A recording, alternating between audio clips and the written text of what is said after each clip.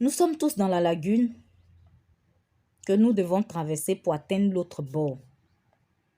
Mais dans cette lagune-là, pendant qu'il y en a qui essaient tant bien que mal de nager et de sortir de cette eau pour atteindre l'autre rive, il y en a qui trouvent que c'est trop d'efforts. Donc eux, ils restent là à ne rien faire dans l'eau. Voilà, ils se laissent couler. Mais ce sont ces personnes-là qui sont en train de critiquer ceux qui essaient de nager pour dire qu'ils ne nagent pas bien. Ils ne font pas assez d'efforts. C'est comme dans la vie, voilà. Nous sommes tous des pécheurs. Et dans ce type de pécheurs-là, il y a deux catégories. Il y en a qui savent que le péché, c'est pas bien. Et qui essaient vraiment tant bien que mal de sortir du péché. D'éviter le péché, comme nous le demande Dieu.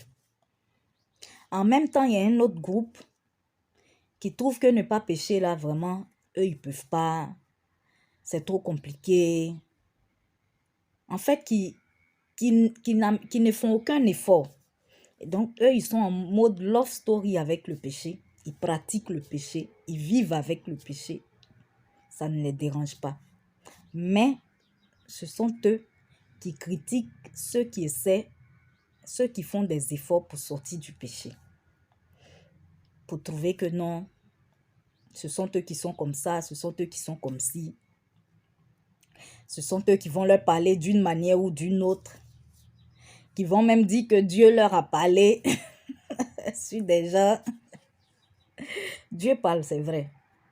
Mais mon frère, ma soeur, quand toi-même tu pratiques le péché là, et puis Dieu voit que toi-même tu es dans le péché là, bon, avant de te parler de ton frère qui essaie de se débattre pour quitter le péché là, comme le dit maman Maud Castanou, une femme que j'aime très bien pour... Vraiment, elle est très sobre.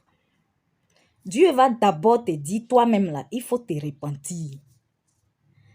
Toi-même, tu ne peux pas être dans le péché, être amoureux du péché. Et puis Dieu va venir te parler de quelqu'un d'autre même qui fait un effort pour sortir du péché. Est-ce que tu trouves ça logique? Hein? Donc, si tu connais la parole de Dieu, là, si tu sais comment un chrétien doit se comporter, là, parce que je suppose que c'est parce que tu connais la parole de Dieu que tu vois les failles dans les comportements des autres. Donc, si tu connais la parole de Dieu et tu sais comment un enfant de Dieu doit se comporter, toi-même là, il faut commencer à appliquer cette parole-là d'abord.